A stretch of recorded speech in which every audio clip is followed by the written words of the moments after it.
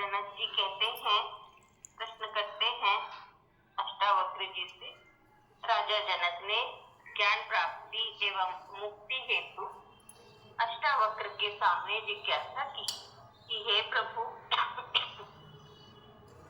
ज्ञान कैसे प्राप्त होता है, मुक्ति कैसे होती है और वैराग्य कैसे प्राप्त होता है, यह मुझे कहिए। तो कह रहे हैं, अध्यात्म में ज्ञान का अर्थ है आत्मज्ञान। आत्मज्ञान ही मात्र ज्ञान है, बाकी सब विज्ञान है, जानकारी है, सूचनाएं हैं जो बाहर से प्राप्त होती हैं। यह जड़ प्रकृति उस चैतन्य तत्व की ही अभिव्यक्ति है। यानी ये जो भी प्रकृति दिख रही है, जड़ प्रकृति, ये उस चैतन्य तत्व की ही अभिव्यक्ति है। यानी प्रकृति के मूल में परमात्मा है, इसलिए वो परमात्मा ही जड़ प्रकृति के रूप में नजर आ रहा है। यानी पेड़ पौधे, पहाड़, नदियां, सब कुछ जो है वो परमात्मा का ही रूप है। यह जड़ प्रकृति उस चैतन्य तत्व की ही अभिव्यक्ति है, उसी का खेल है, लीला है, नृत्य है। यह चैतन्य ही समस्त सृष्टि का आधारभूत तत्व है। यह चैतन्य ही समस्त सृष्टि का आधारभूत तत्व है। यानी सारी सृष्टि के मूल में क्या है, वो चैतन्य ही है जो समस्त जड़ चेतन में व्याप्त है।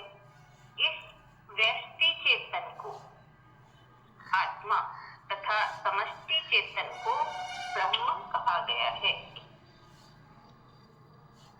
दोनों एक ही तत्व है। आत्मा का ज्ञान ही परमात्मा का ज्ञान है। तो ये कहा ना कि इस व्यष्टि चेतन को आत्मा, यानी संसार में जो कुछ भी दिख रहा है, व्यष्टि, इस संसार में जो कुछ भी दिख रहा है हमें, जड़ चेतन, इसको आत्मा कहा है। सदगुरु ने कहा ना कि एक चींटी में भी मेरी आत्मा है, वो भी मेरा प्राण है। तो सब में उस जो चेतन है उसको आत्मा कहा है, तथा समष्टि चेतन को ही ब्रह्म कहा गया है। और ये पूरा ब्रह्मांड जो है वो उसे ब्रह्मांड चेतन, वो जो चेतन है उसको ब्रह्म कहा गया है। दोनों एक ही तत्व है। यानी आत्मा ब्रह्म एक ही तत्व है। आत्मा का ज्ञान ही परमात्मा का ज्ञान है। आत्मा से परमात्मा यानी ब्रह्म भिन्न नहीं है। आत्मा से परमात्मा, परमात्मा यानी ब्रह्म भिन्न नहीं है। इस आत्म तत्व का ज्ञान होने पर सब कुछ जाना हुआ हो जाता है। जिसने आत्म तत्व को पार ज्ञान हो गया, उसे फिर और कुछ जानने की जरूरत नहीं, सब कुछ जान लेता है, जाना जा सकता है। गुरुदेव ने कहा, एक को जान लो सब जान जाओगे। वो एक क्या है, आत्म तत्व को जान लो, सब कुछ जाना हुआ हो जाता है। उपनिषद कहते हैं, जिसके जानने से सब कुछ जाना हुआ हो जाता है। संपूर्ण सृष्टि का रहस्य ज्ञात हो जाता है, फिर जानने को कुछ बाकी नहीं रहता। मनुष्य शरीर, मन, बुद्धि, अहंकार आदि नहीं, बल्कि आत्मा ही उसका वास्तविक स्वरूप है। यानी मनुष्य का वास्तविक स्वरूप क्या है, आत्मा है। शरीर, मन, बुद्धि, अहंकार नहीं। वही नित्य शाश्वत एवं सनातन है। प्रकृति अनित्य है।